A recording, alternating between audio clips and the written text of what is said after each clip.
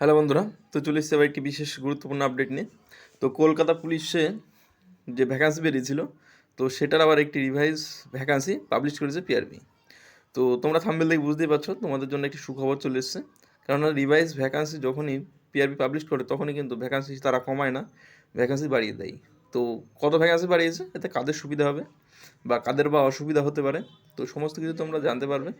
তো তার জন্য একটা কথাই বলবো, যে যারা দেখছো সম্পূর্ণটা দেখো, সম্পূর্ণটা না দেখলে কিন্তু অসুবিধা হবে বুঝতে।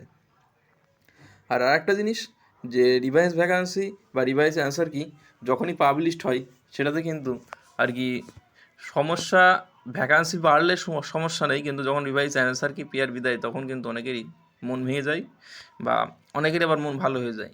তো এটার মধ্যে পার্থক্য আছে। তো চলো আমরা মূল যেটা বিষয় সেটা দেখে নেব।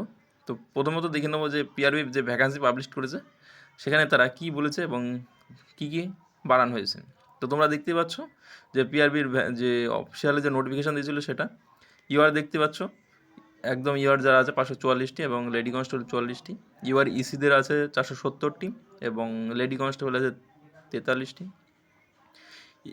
ইউআর এইচডি যারা 254টি এবং সিভিক ভলেন্টিয়ারদের 291টি, লেডি কনস্টেবলের 27টা। এইভাবে কাস্ট করা আছে।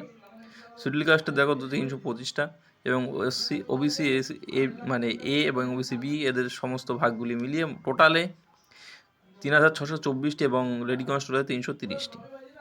তো এটা গেল তোমাদের টোটাল যে ভ্যাকান্সি ছিল সেটি। তো ভ্যাকান্সি বেড়ে গেলে তোমরা সকলে দেখতে পাচ্ছ। তো এখন তোমাদের একটাই লক্ষ্য হবে যে যেভাবে হোক একটা সিট তোমার নিজের নেওয়া। তো একটা এই কথাটাই বলতে চাইবো। তো যারা যারা আর কি এটা দেখলে তাদের একটা কথা হলো, তোমরা যদি চাও তো অফিসিয়াল নোটিফিকেশান ডাউনলোড করে নিয়ে দেখতে পারো, বা তোমরা এটা আর একবার দেখে নিতে পারো চালিয়ে বা পজ করে। তো বন্ধুরা, ভিডিওটা সম্পূর্ণ দেখার জন্য অসংখ্য ধন্যবাদ। ভিডিওটি ভালো লাগলে অবশ্যই লাইক করো এবং চ্যানেল নতুন হলে সাবস্ক্রাইব করে দিও, হেল্পফুল হলে বন্ধুদের সাথে শেয়ার করে দিও যাতে তারা আপডেটটি পেয়ে যায়। Thank you.